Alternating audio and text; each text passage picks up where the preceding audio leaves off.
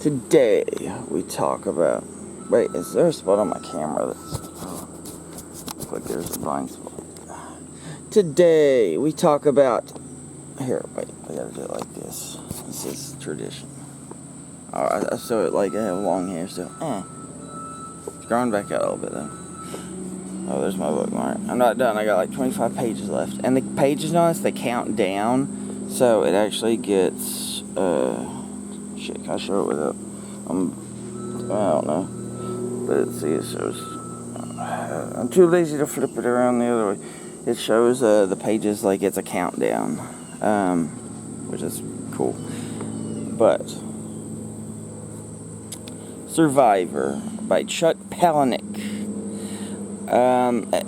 This book, and this is my first time reading it. I don't remember all the details of it because I've never read it physically before. I don't want to listen to this on audiobook, and I space out a lot when I listen to audiobook. But this is the book that inspired me to write my first short story through the school. And I can definitely see a lot of me copying like his style in this. And speaking of his writing style, like I do enjoy Chuck Palahniuk, but I could sense myself kind of cloying on him a little bit while reading this, because he does that thing like in Fight Club where he's like, everything is a copy of a copy of a copy, and that works fine in there, and you know, I like, you know, the writing and all that shit's perfect, the dialogue's perfect in Fight Club. But here, it's like he starts to lean on it too much. You know, you can kind of tell it's a trope, you know, rather than just the perfect phrasing for the moment. Like, he's like, this is a fix for a fix for a fix. And then, but he does that whole thing where he says, this is a blank for a blank for a blank for a blank for a blank. And he does that like 5 times in this book. So that kind of cloys a little bit. But one thing I noticed, just from... because he takes it from a scene where he's like going through this hospital, I believe, and like they have different. No, wait, it's not a hospital; it's a mausoleum, I believe. And then he's seen different types of art with Jesus, and one of them mentions Jesus is made out of planes. So this is supposed to be like the plane is supposed to be like a crucifixion, kind of imagery. You can kind of see it. Yeah. Shit. I'm trying to think.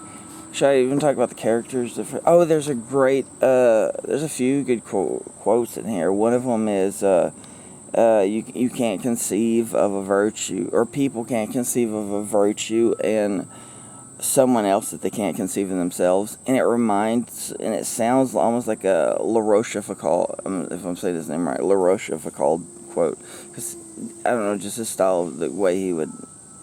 He had this whole book of maxims, and I remember a lot of them were really good, and they kind of reminded me of something you'd read in that. I'm trying to decide if we should talk about the plot or go into the style, or was there some, I think there's gonna be something. What else would I notice about?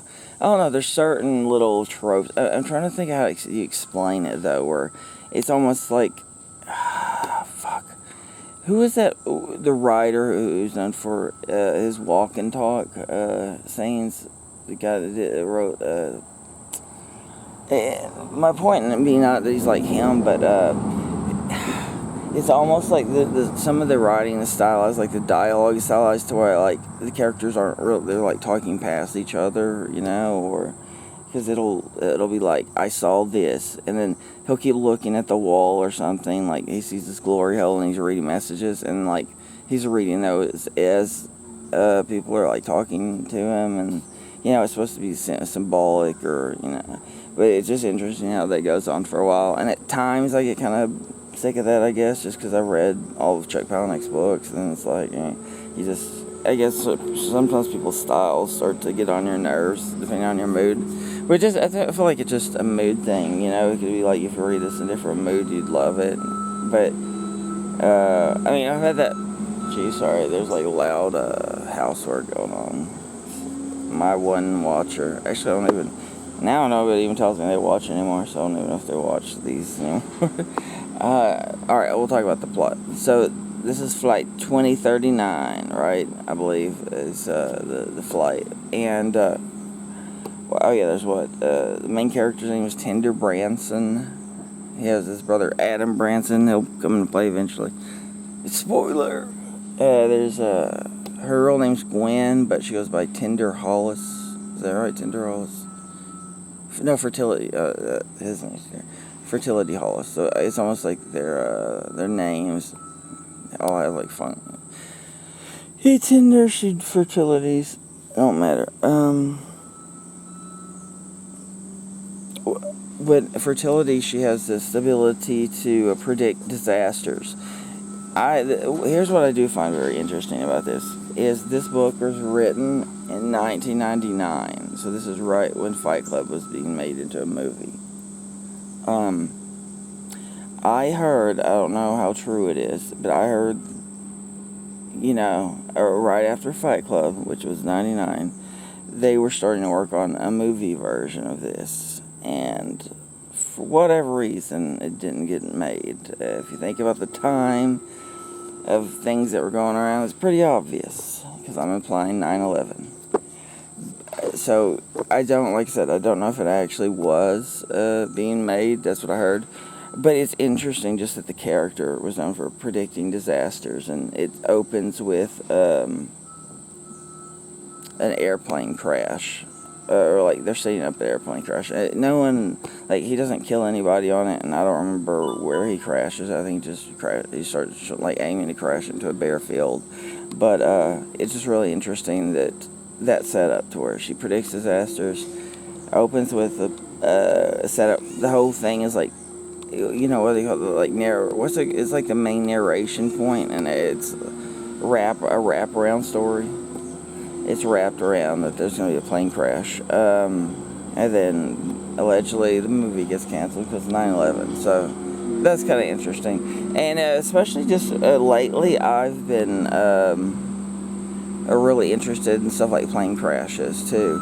Like I've been listening to a lot of black boxes. Like one of them I find fascinating is the Uberlingen. It was the Uberlingen crash in like 2002. I think it happened around Germany or something. Maybe it's because Lingen. Maybe it was like China. It doesn't matter. But these two planes like fucking T-bone each other. And I thought, because one of them just, the entire fuselage just explodes. And right around when that happens, is it called ATC? That's the air traffic control. What's the other one? But it's the black box. There's another name for it. But it went out. So I thought it was on the one that's just the fuselage exploded, but that's not what happened. Apparently it's like built a lot better on that one or something. The one that got exploded through the middle. So the other one goes out, and the one, they still die. There's only a few crew. The Uberlingen, or whichever one, there's like two planes. But anyway, the one that gets split in half, as they're like descending, like it's just the fucking cockpit, I guess, just plummeting. And you just hear this guy like gasping. What is the other one? There's like Western. Damn, I need to look this up. But that's one of the more fascinating airplane crash boxes. There's two of them that are really haunting to me. Like there's other ones where people are like, "Goodbye, everyone," and say they're dying. But those, to me, that's just not Western. Let me see, Western flight 2605. I think that's it. Oh, I don't know. That's what. Yeah, that is. Alright, it is. Western Airlines Flight 2605. That's another one, because you can just hear the pilot screaming knowing he's going to die. It's fucking intense, man. Those two, the Uberlingen one and the Western 2605. Those are the most intense and the most interesting, I think, of the black boxes for airplanes. Alright, so as far as the book, I have to admit, this time, me reading it, I think I put such high expectations. Like, in my head, I'm like, because Fight Club's a movie, and the movie's better than the book. that this is perhaps my favorite Chuck Palahniuk book. So hyping it up to that degree, having it remembered, it inspired my first short story 10 years ago. I wrote it on April Fool's Day of 2014. It's the first time I ever wrote a short story. That was like right when I felt like I was becoming an author, I don't want to say author, it's fucking pretentious and inaccurate and so on, but writer, I don't make money. So, author has a connotation, I guess, but a writer for sure. But I felt like that's when I became a writer. As writer, I wrote my first started writing because I wrote 3 short stories just once every month, back to back, and then I wrote another short story a year later, and then 29. Well, we don't need to get into all that, but shit. Well, we get this inspired. I guess that's Chuck Palahniuk. I actually had a dream about Chuck Palahniuk back in 2016. That's another thing I just like info drop. Crisp. Yeah, it was a crazy dream. Immergine. McKay's for $5. I love McKay's. Man. But alright, the book starts off really good. No, it's weird, he gives like this advice. I'm like, I wonder how accurate his advice is, where he's like, use this, like if you gotta soak up blood, use red washcloths, and things like if you want to pick up broken glass, use a piece of bread. And I remember the way Chuck Palahniuk says he writes his stories is he's just really good at compiling like other people's stories, like people tell him anecdotes and like puts it together in his head and turns it into a story, which I thought was interesting. I don't know how accurate that is, but I remember he claimed that. But it starts off really good, and then there's like a change because he starts off, he sets up a fake suicide hotline, and he's like sexually repressed, and he's in this cult. That's a major thing I should have mentioned, I guess, for the plot. But plot's like, to me, it's like the least important, and it's not why I'm reading. Yeah, it's just not. I don't know. Everyone else. No, but I feel like most people probably read for the plot. Not me. I don't know. Whether it's concepts or I'm picking up something from the writing style or the philosophy of it or new words. That's what I try to get out of writing or reading. But anyway, it shifts right around when he's switching over to become like this icon, religious icon, or selling out. I don't know. Something about the story, it just starts to lose steam for me. I noticed, like, I'm still like, I'm gonna finish it. I'm not like I'm bored of it, but it just like, it had this momentum, and then it's starting to pick up a little bit again towards the end, I think, though.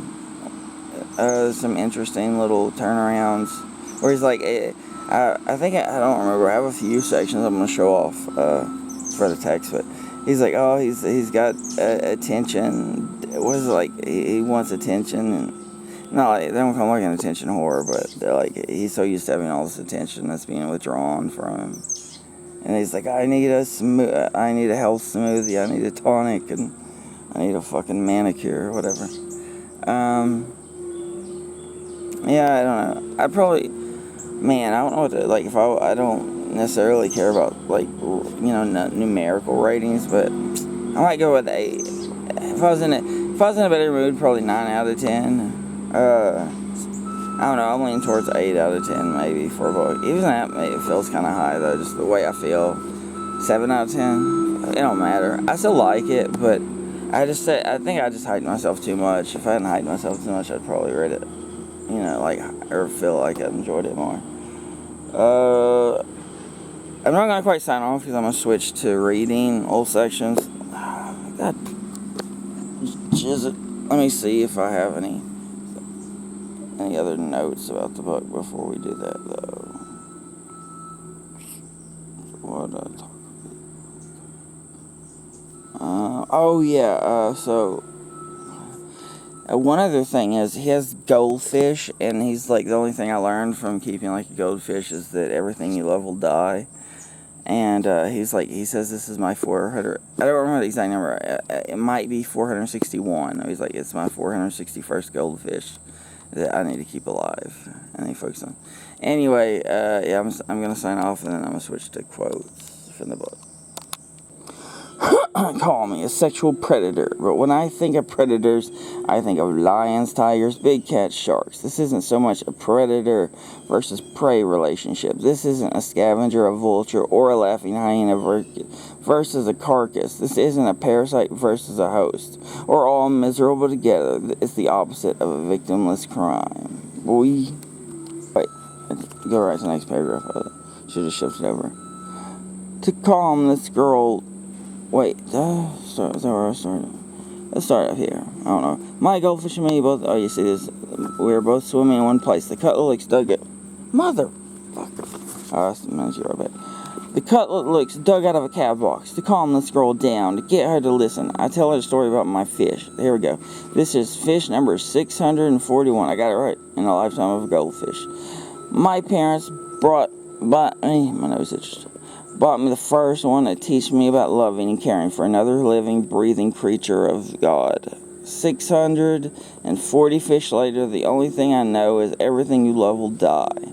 The first time you meet that someone special, you can count on them one day being dead and in the ground. Amen, sister. Let me see if I can just switch right. Boom, you can see it counts down now. The final countdown. I just get fucking flagged for copyrighted music with my dumbass voice. What is... Oh yeah, Fat Jesus. Alright. Oh yeah. And it's hard to know where to start and end. Where does the beginning and end? You realize that people take drugs because it's the only personal venture, blah blah blah. It's only in... Goddamn, this shit starts up right. Only in drug... You realize that there's no point in doing anything if nobody's watching. You wonder if there had been a low turnout at the crucifixion, would they have rescheduled? You realize the agent was right. You've never seen a crucifix with a Jesus who wasn't almost naked. You've never seen a fat Jesus or a Jesus with body hair. Every crucifix you've ever seen, the Jesus could be shirtless and modeling designer jeans or men's cologne. Alright, and there's one more I was going to show. Oh yeah, and they marked it themselves on this one. Alright, here we go, check this shit. Because it's one of my favorite... Oh shit, that's about my fucking card fell out. Hold on. God damn it. Well, I pretty much know my place. I know my place. Alright. One of my favorite, here's determinism for you. There are only patterns. Here we go with it. On top of patterns, on top of patterns, on top of patterns. Patterns that affect other patterns. Patterns hidden by patterns. Pattern within patterns. If you watch close, history does nothing but repeat itself. What we call chaos, just patterns we haven't recognized. What we call random, just patterns we can't decipher. What we can't understand, we call nonsense. That's like pareidolia or...